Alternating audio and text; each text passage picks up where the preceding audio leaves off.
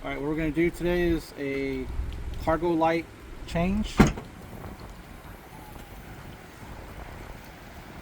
Basically you get like a small screwdriver and just go in here and stick it in there and just pop it out.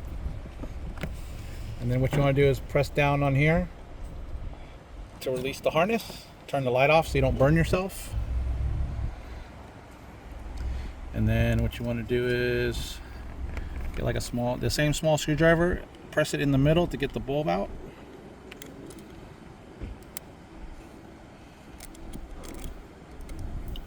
Put my glasses on, it's hard to see. There we go. Just get this bulb out like that. And then I got these off of Amazon, LASFIT LEDs. Basically just slide it in there. It doesn't have to be any certain way. And then you bring it back up to the harness, plug it right in, and there you go. And then just throw your little lens back in there, pop it in, and you're good to go.